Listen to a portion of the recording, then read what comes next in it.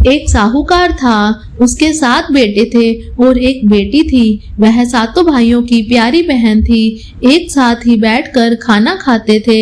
एक दिन कार्तिक की चौथ आई तो उसकी बहन ने करवा चौथ का व्रत रखा। सारे भाई भोजन करने आए और अपनी बहन को बोले, आ बहन तू भी खाना खा ले। उसकी माँ बोली, आज यह खाना नहीं खाएगी, इसका करवा चौथ का व्रत है, जब चांद निकलेगा तभी ये खाना खाएगी। तो उसके भाइयों ने छल कपट से जंगल में आग जलाकर छलनी में से चांद दिखा दिया। तो वह अपनी भाभियों से बोली, चलो चांद निकल आया, अर्घ दे लो। तो उसकी भाभी बोली, ये तो तेरा चांद निकला है, हमारा तो रात को निकलेगा। यह सुनकर भाइयों के कहने से उसने चांद को अर्घ दे दिया और खाना खाने बैठ गई। पहला टुकड़ा तोड़ा तो बाल निकला, दूसरा टुकड़ा तोड़ा तो राजा के घर से बुलावा आ गया कि राजा का लड़का बीमार है, जल्दी भेजो। माँ ने लड़की के पहनने के लिए 3 बार बगीचा खोला, तीनों बार सफेद कपड़े निकले।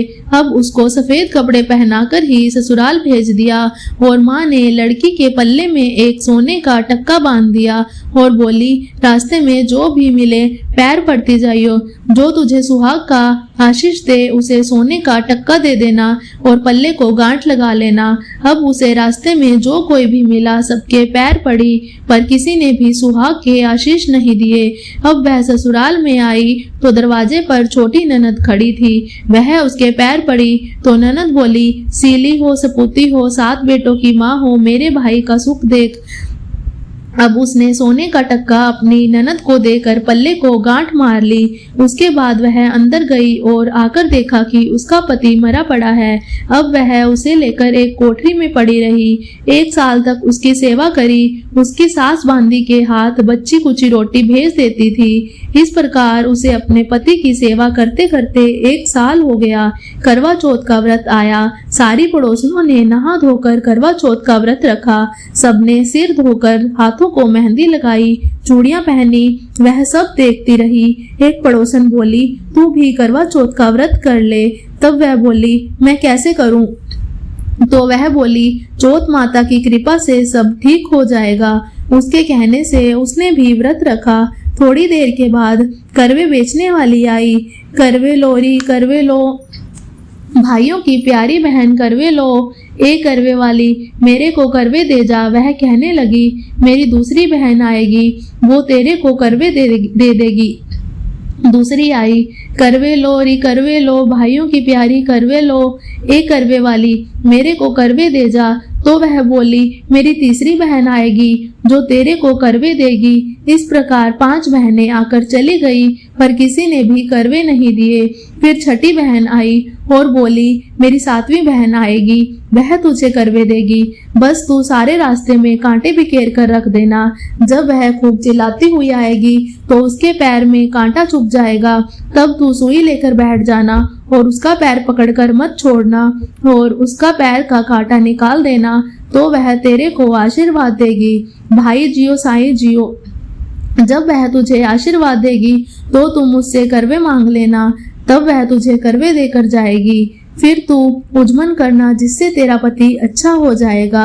अब उसने वैसा ही किया। सारे रास्ते में कांटे बिछा दिए। जब वह करवे लेकर खूब चिल्लाती हुई आई तो उसके पैर में कांटा चुभ गया।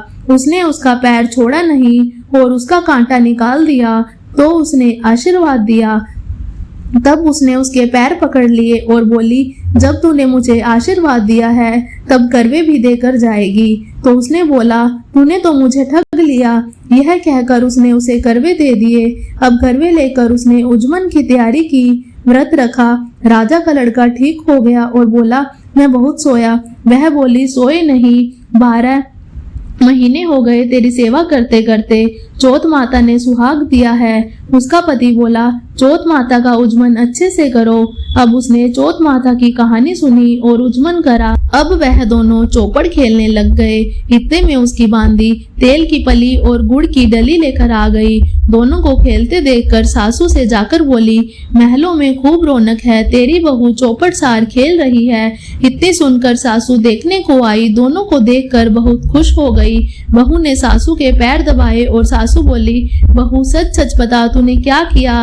उसने सारा हाल अपनी सासू को बताया तो राजा ने सारे शहर में ढिंढोरा पिटवाया कि अपने पति की जीवन सुरक्षा के लिए सब बहनें करवा चौथ का व्रत रखें। पहले करवे को अपने पीहर में जाकर उज्जवल करे। हे चौथ माता, जैसा राजा के लड़के को जीवन दान दिया वैसा सब किसी को दे। कहानी सुनते समय कटोरी में चावल लें।